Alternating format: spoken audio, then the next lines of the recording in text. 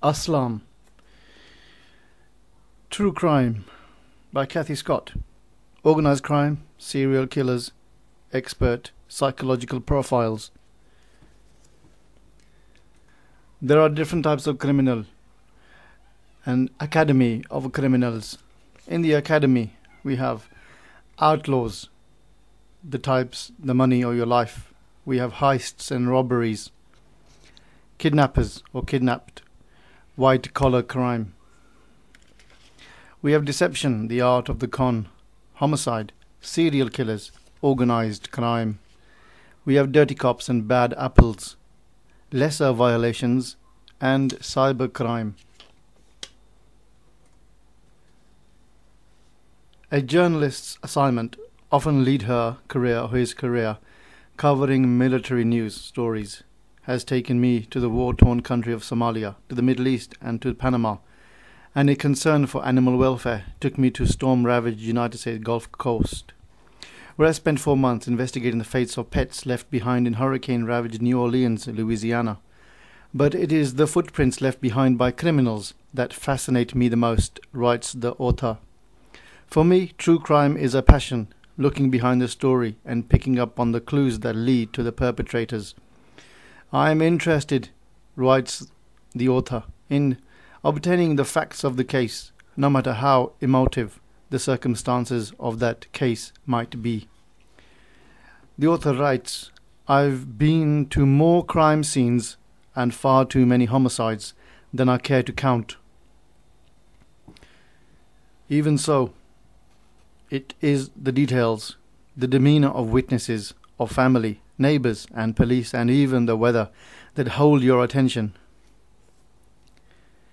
As a writer, writes the author, I am something more than a bystander, but I have the bystander's vantage point. I step back and observe as the tales unfold before me.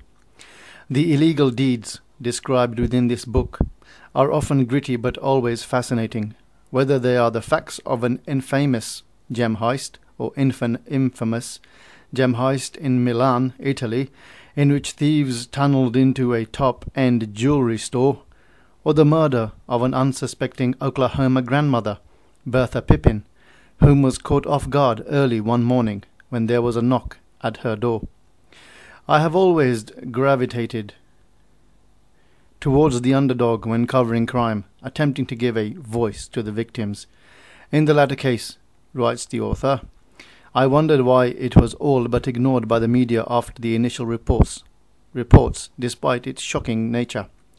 In the case of murder of Susan Berman, an unsolved crime that took place in Beverly Hills during 2000.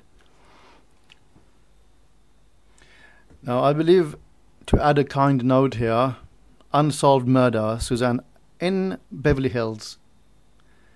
Beverly Hills is like a lake full of fish. You are telling me that the lake then will run into a river or a sea.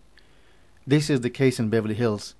And you are telling me that a fish that has eaten a particular worm will be in the same place when you come back a month later. The fish could be anywhere. Beverly Hills, you enter it and you leave. That's my kind note. This is why it is unsolved. Nobody after a flurry of early articles appeared to be covering the story with much depth. The more surprising when you consider the Berman was the daughter of a mobster.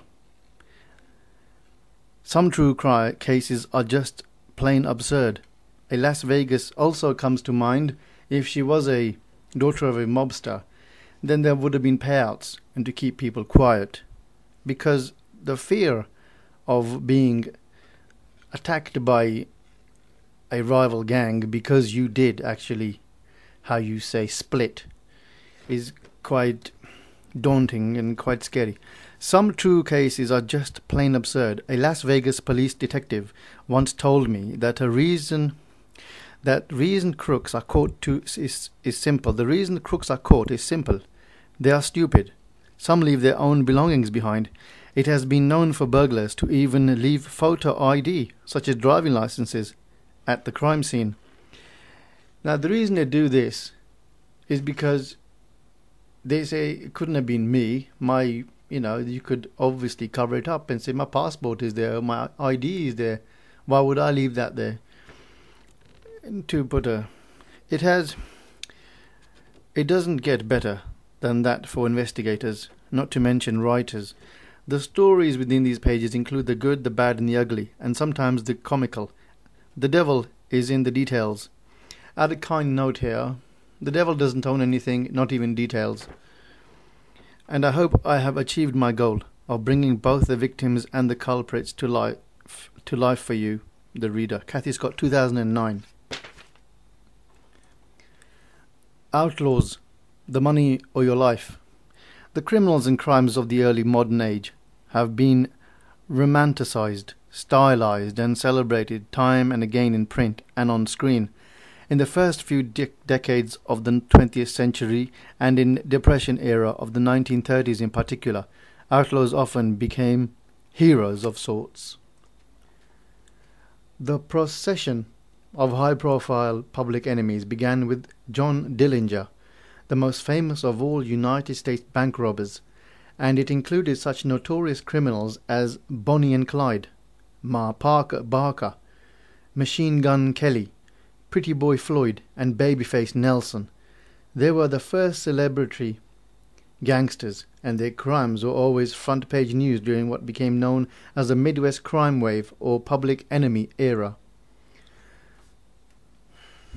The reason they choose names like these and these is because to become known by other names other than their own, which are probably gayish or